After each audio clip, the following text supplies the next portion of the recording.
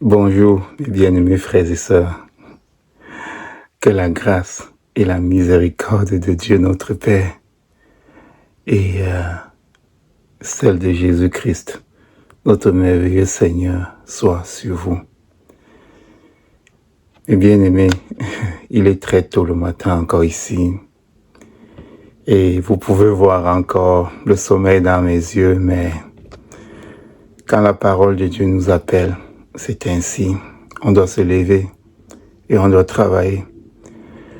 On doit pratiquer les œuvres pour lesquelles il nous a créés, nous ses enfants. Alors quand le Seigneur appelle, voilà, c'est ainsi. Mais bien aimé, je me suis réveillé ce matin avec une question que je me posais et que je veux vous poser aussi. Je me posais cette question ce matin. Suis-je l'image de Dieu?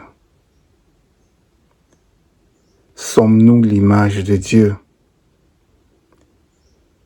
Êtes-vous l'image de Dieu? Est-ce que vous vous posez cette question? Parce que c'est une question qui est très très importante. C'est une question qui est même cruciale pour notre salut. Sommes-nous l'image de Dieu? Êtes-vous l'image de Dieu? Suis-je l'image de Dieu?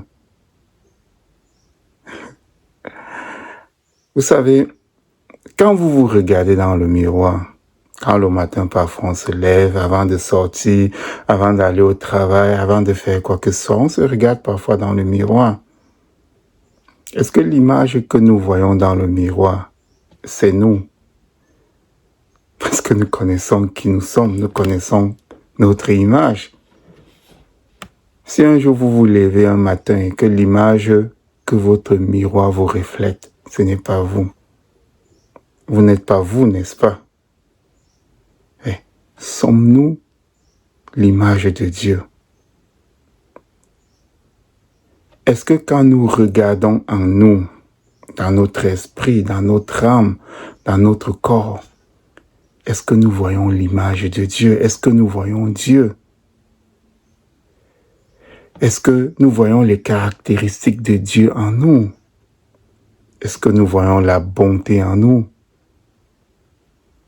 Est-ce que nous voyons la bénignité en nous? Est-ce que nous voyons la douceur en nous? Est-ce que nous voyons la charité en nous? Est-ce que nous voyons l'amour du prochain en nous? Est-ce que nous voyons la tempérance en nous? La miséricorde? Est-ce que nous voyons la miséricorde en nous? Est-ce que nous voyons la gratitude en nous? Est-ce que nous voyons la longanimité en nous? Et est-ce que nous voyons la sainteté en nous? Parce que tout cela, ce sont les caractéristiques de Dieu, de notre Père. C'est quand nous regardons en nous, nous plongeons le regard dans notre âme, dans notre esprit. Nous ne voyons pas ces caractéristiques. Comment est-ce que nous pouvons nous dire que nous sommes à l'image de Dieu? Eh bien aimé, la Bible, dans la seconde lettre de Paul aux Corinthiens, au chapitre 13, dit ceci. Allons regarder ça ensemble. Nous avons toujours notre Bible. La seconde lettre de Paul aux Corinthiens. La seconde lettre de Paul aux Corinthiens. C'est aux Corinthiens. Okay.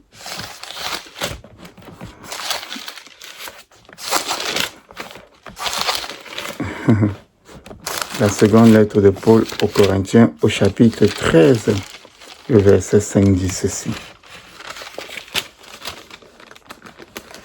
Examinez-vous vous-même. Examinez-vous vous-même pour savoir si vous êtes dans la foi. Éprouvez-vous vous-même Ne reconnaissez-vous pas que Jésus-Christ est en vous? Ne reconnaissez-vous pas que Jésus-Christ est en vous? À moins peut-être que vous ne soyez réprouvés. Vous comprenez que si Jésus-Christ n'est pas en vous, vous êtes réprouvés. Et comment est-ce qu'on reconnaît que Jésus-Christ est en nous? C'est lorsque, en nous regardant en nous-mêmes, nous voyons les fruits de l'esprit.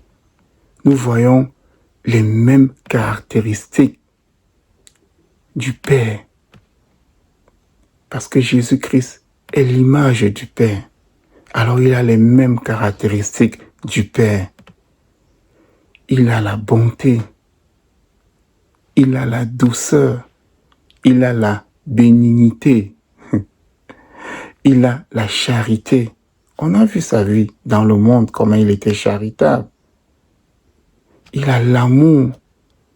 Il a la tempérance. Jésus était très tempérant. Avec tout ce qui se passait, tout ce qu'on lui faisait, on lui crachait dessus. On l'a battu. On l'a torturé, on l'a insulté. Et il était tempérant. Il avait cette tempérance au point de demander au moment de sa mort au Seigneur de pardonner à ceux qui lui faisaient tout ce tort. Oui, Jésus-Christ était miséricordieux. Et quand il demande que Dieu fasse miséricorde à toutes ces personnes, à tous ces tortionnaires, c'est parce qu'il était miséricordieux. Il avait la gratitude. Parce qu'il rendait grâce à Dieu pour tout ce que Dieu lui faisait. Il avait la longanimité. Et Christ était saint.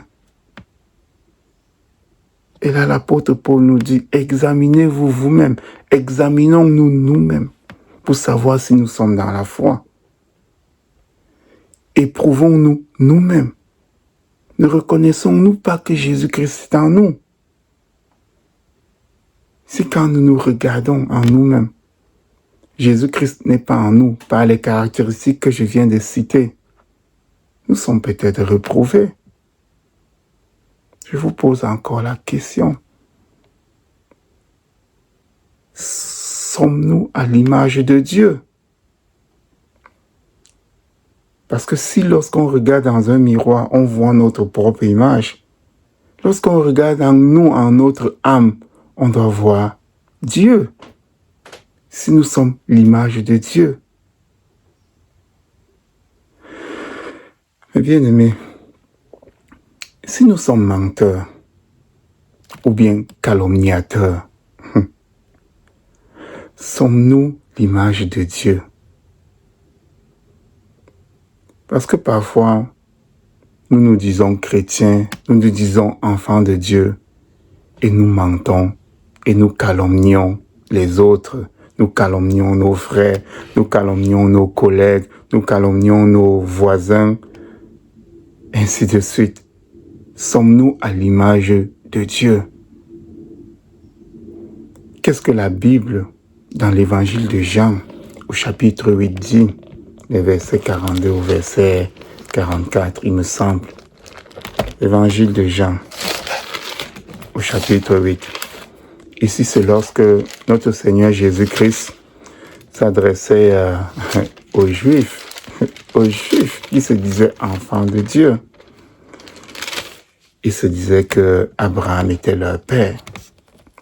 Et voici ce que Jésus-Christ leur répond. Au verset 42, il a dit ceci. 42, 43, 44, il a dit ceci. Si Dieu était votre père, vous m'aimeriez, car c'est de Dieu que je suis sorti et que je viens. Je ne suis pas venu de moi-même, mais c'est lui qui m'a envoyé. Pourquoi ne comprenez-vous pas mon langage? Parce que vous ne pouvez écouter ma parole. Vous avez pour père le diable et vous voulez accomplir les désirs de votre père.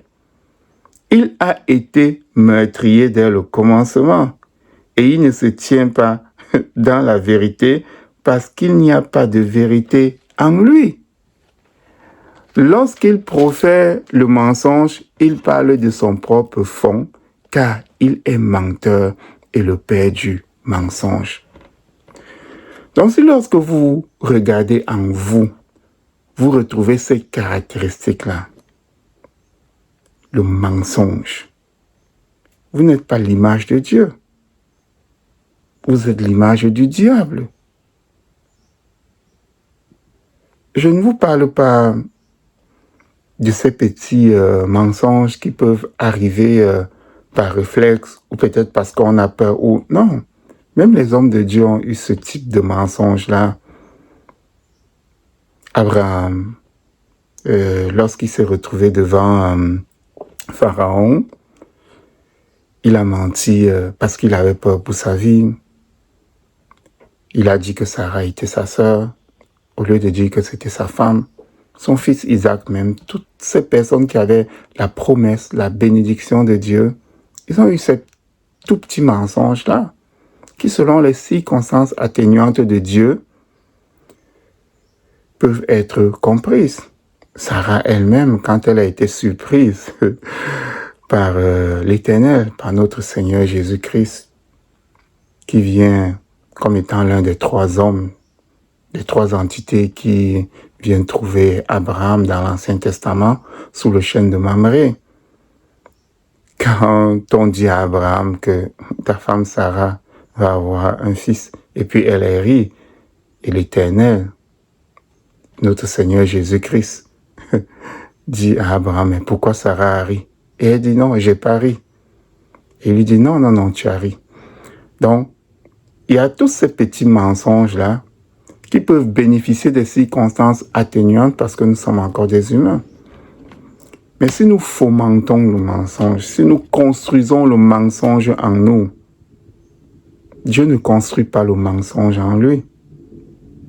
Son image ne peut pas construire le mensonge en lui. Donc si nous préméditons notre mensonge, si nous préméditons nos crimes, nous ne sommes pas à l'image de Dieu. Si nous préméditons nos calomnies, nous ne sommes pas à l'image de Dieu.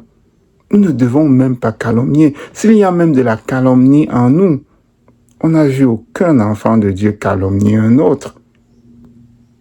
Oui, le mensonge encore, comme je disais, par réflexe ou par peur de je ne sais quoi, il y en a eu qui ont menti, mais vous n'avez jamais vu aucun des enfants de Dieu calomnier. Donc si nous nous regardons dans un miroir et que nous voyons que, si nous regardons dans notre âme, et que nous nous rendons compte que nous sommes impudiques, que nous sommes idolâtres, que nous sommes jaloux de la réussite de nos frères, de nos collègues, de nos voisins. Ils ont une belle voiture, on est jaloux. Ils ont une belle maison, on est jaloux. Nous ne sommes pas à l'image de Dieu. Si nous aimons les disputes, nous aimons nous quereller avec les autres, pour un rien du tout, nous nous enflammons contre les autres. Est-ce que nous sommes à l'image de Dieu? Si nous aimons les divisions, nous sommes là dans les groupes, en train d'aller. C'est ce que la calomnie apporte. On va dire ceci à un tel, ensuite on va dire ceci à un tel autre. On crée des divisions. Si nous créons des divisions, est-ce que nous sommes à l'image de Dieu? Si nous aimons les sectes, c'est les petits groupes là, on forme des petits groupes de ci, les petits groupes de ça. Est-ce que nous sommes à l'image de Dieu? Dieu est un Dieu qui aime tout le monde. Bon, mettons, si Dieu aime tout le monde, c'est pas tout le monde qui sont ses enfants, par exemple. Quand on dit que Dieu aime tout le monde, c'est parce qu'il veut que tout le monde, comme sa parole le dit, il veut que tout le monde soit sauvé. Et s'il nous aime comme nous sommes, s'il nous aime comme nous sommes, comme des pécheurs, il veut quand même que nous soyons des personnes qui lui ressemblent. Il veut que nous soyons des personnes qui le recherchent et qui marchent selon ses commandements. Voilà comment on dit que Dieu aime tout le monde. Mais sinon, si on se met à faire le mal consciemment, Dieu ne peut pas nous aimer parce que nous sommes en train de détruire ses œuvres. Donc, si nous créons des sectes et puis on divise, on est en train de diviser et puis tout, on se met dans des petits groupes, comment nous sommes à l'image de Dieu? Si nous sommes envieux, on se met à voir des gens qui ont des... Donc, comme je parlais tout à l'heure de la jalousie, si on voit un tel qui a une telle chose et on se met à l'envier, si nous sommes envieux, est-ce que nous sommes à l'image de Dieu? Si nous sommes des ivrognes, nous buvons et puis nous marchons avec des ivrognes, nous nous enivrons, est-ce que nous sommes à l'image de Dieu? Dieu est-il une ivrogne? Ou Dieu est-il un ivrogne? Et si nous aimons les excès de table, sommes-nous l'image de Dieu? Quand je parle d'excès de table, par exemple, on vous invite dans un mariage, on vous invite dans une cérémonie, vous êtes celui qui mange plus que tous les autres. Vous prenez tout, ou bien vous prenez un peu plus qu'il ne faut, ou bien chez vous, vous êtes tout le temps en train de manger, de vous goinfrer. Est-ce que vous êtes l'image de Dieu? Et ici, je ne vous parle pas de boulimie, la boulimie qui peut être une maladie mentale. Non, je ne vous parle pas de cette maladie-là. Ça peut être compréhensible. Quelqu'un qui est boulimique, il est malade, il a besoin de Dieu. Il a besoin qu'on l'aide. Mais je vous parle des excès de table qu'on développe parce qu'on se met à aimer la nourriture à outrance. Alors si vous aimez les excès de table, est-ce que vous êtes l'image de Dieu? En bref, si vous aimez les choses de cette terre, ou si nous aimons les choses de cette terre, incluons-nous, je m'inclus à l'intérieur, si nous aimons les choses de cette terre, est-ce que nous sommes l'image de Dieu? Ne savons-nous pas que Dieu a maudit cette terre? Est-ce que vous ne le savez pas?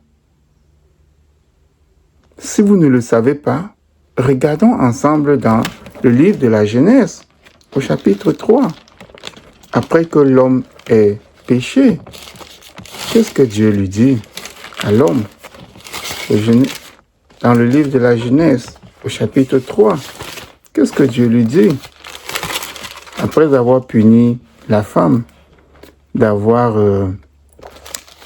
beaucoup de souffrance dans ses grossesses, qu'est-ce que Dieu dit à l'homme? Au Genèse chapitre 3, à partir du verset 17 jusqu'au verset 19, il dit ceci à l'homme. Puisque tu as écouté la voix de ta femme et que tu as mangé de l'arbre au sujet duquel je t'avais donné cet ordre, tu n'en mangeras point. Le sol sera maudit à cause de toi. C'est à force de peine que tu en tireras ta nourriture tous les jours de ta vie. Il te produira des épines et des ronces, et tu mangeras de l'herbe des champs. C'est à la sueur de ton front que tu mangeras du pain, jusqu'à ce que tu retournes dans la terre d'où tu as été pris, car tu es poussière, et tu retourneras dans la poussière. Regardez, le Seigneur dit, c'est à force de peine. Attends, il dit ceci. Il dit à l'homme, puisque tu as écouté la voix de la femme et que tu as mangé de l'arbre au sujet duquel je t'avais donné cet ordre, tu n'en mangeras point. Le sol sera maudit à cause de toi. Nous vivons sur une terre qui a été maudite. Et nous aimons ce qui est maudit. Regardez comment le monde se développe. Regardez comment la terre se développe. Regardez ce qui se passe aujourd'hui. Regardez tous les crimes qu'il y a aujourd'hui. Regardez toute l'impudicité qu'il y a aujourd'hui. Regardez toutes ces jalousies qu'il y a aujourd'hui. Regardez tous ces meurtres qu'il y a aujourd'hui. Toutes ces sectes. Toutes ces choses, toutes ces disputes, toutes ces divisions, tous ces ivrognes, toutes ces personnes qui aiment des excès de table. Ça, c'est la terre que nous aimons. C'est une terre qui est maudite. Si nous aimons cette terre, sommes-nous à l'image de Dieu? Est-ce que Dieu aime ça? Si Dieu aimait cette terre et ce qu'il voit aujourd'hui, pourquoi est-ce qu'il voudrait la détruire? Et si nous sommes à l'image de Dieu, si nous nous disons que nous sommes l'image de Dieu et que nous aimons cette chose, est-ce que nous sommes vraiment son image? Mais bien aimé, la Bible demande de rechercher la sanctification, dans la paix et la sanctification. Allons lire cela, parce que paraphrasé, allons lire cela dans la lettre aux Hébreux, au chapitre 12, il me semble, au chapitre 12, le verset 14. La lettre aux Hébreux, au chapitre 12, le verset 14. Ok, voici ce qui est dit là-bas. Recherchez la paix avec tous et la sanctification sans laquelle personne ne verra le Seigneur. Recherchez la paix avec tous et la sanctification sans laquelle personne ne verra le Seigneur. Cette sanctification-là, cet état de sainteté-là, nous l'avions naturellement avant que Adam et Ève ne pêchent. Et c'est à ce moment-là qu'ils étaient vraiment l'image de Dieu. Après ce péché, nous avons perdu cette sanctification, cet état de sainteté. Voilà pourquoi nous devons la rechercher. Et si nous ne recherchons pas l'image de Dieu, si nous ne recherchons pas en nous, ou si nous ne recherchons pas à produire en nous cette image de Dieu, comment sommes-nous l'image de Dieu? Comment sommes-nous l'image de Dieu si nous ne voyons pas cela en nous? Et comment est-ce qu'on recherche cette sanctification-là? On recherche cette sanctification en priant le Seigneur, nuit et jour, en priant le Seigneur, en l'implorant, en recherchant sa face dans les saintes Écritures, dans les jeûnes, dans le respect de ses commandements. On recherche cette sanctification-là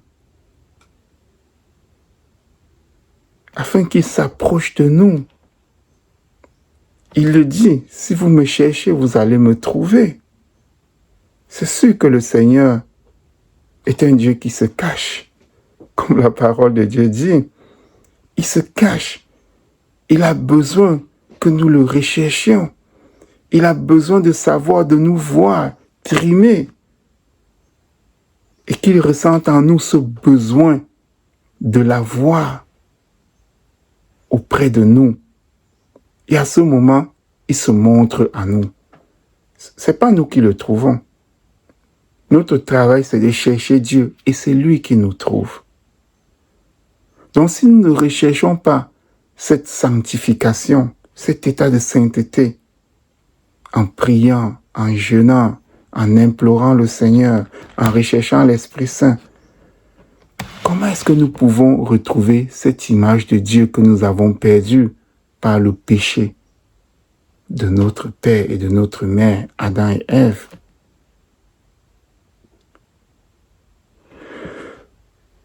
Mais bien aimé, il y a une sagesse populaire qui dit ceci, que qui s'assemble se ressemble. Si nous ne ressemblons pas à Dieu, comment pouvons-nous être assemblés à lui et à son Fils? Est-ce que vous comprenez maintenant le questionnement que j'ai eu ce matin? C'est un questionnement que je dois avoir. C'est un questionnement que vous devez avoir. C'est un questionnement que nous devons avoir chaque jour de notre vie. Chaque matin que nous ouvrons les yeux, nous devons nous poser cette question. Sommes-nous à l'image de Dieu? Sommes-nous à l'image de Dieu? Sommes-nous bons? Ou bien pratiquons-nous la bonté? Pratiquons-nous la bénignité? Est-ce que nous pratiquons la douceur? Est-ce que nous sommes doux? Est-ce que nous sommes charitables? Est-ce qu'il y a l'amour du prochain en nous? Est-ce que nous sommes tempérants? Est-ce que nous sommes miséricordieux? Est-ce que nous avons la gratitude pour tout ce que les gens nous font? Et premièrement pour ce que Dieu nous fait. Est-ce que nous avons la longanimité, la bénignité? Et pour terminer, est-ce que nous sommes saints? Et quand je parle de sainteté, je ne parle pas d'être exempt de péché. Je dis, est-ce que Dieu nous appellerait-il saints? Parce qu'il nous voit faire des efforts pour le rechercher, parce qu'il nous voit chaque jour essayer de fuir le mal, essayer de faire ce qu'il demande, de marcher selon ses commandements. Est-ce que nous sommes saints? Est-ce que Dieu peut nous déclarer saints parce qu'il voit nos efforts de nous conformer à l'image de son Fils, de nous conformer à son image, en recherchant tout ce que je viens de citer? Oui, mes bien-aimés frères et sœurs, qui s'assemblent se ressemblent. Chaque jour, chaque matin, chaque midi, chaque soir, posons-nous cette question. Sommes-nous à l'image de Dieu? Quand nous nous regardons à l'intérieur, dans notre âme. Et si la réponse est que oui, nous tendons vers l'image de Dieu, alors nous pouvons être tranquilles dans notre âme. Nous pouvons être tranquilles. Oui, mes bien-aimés frères et sœurs, posons-nous cette question et tendons vers l'image de Dieu. Et tendre vers l'image de Dieu, c'est pas par notre propre pouvoir. C'est qu'en essayant de faire ce que Dieu veut de nous, alors il nous aide à être son image, à nous conformer de plus en plus en l'image de son Fils, notre Seigneur Jésus-Christ. Soyez bénis, mes bien-aimés frères et sœurs.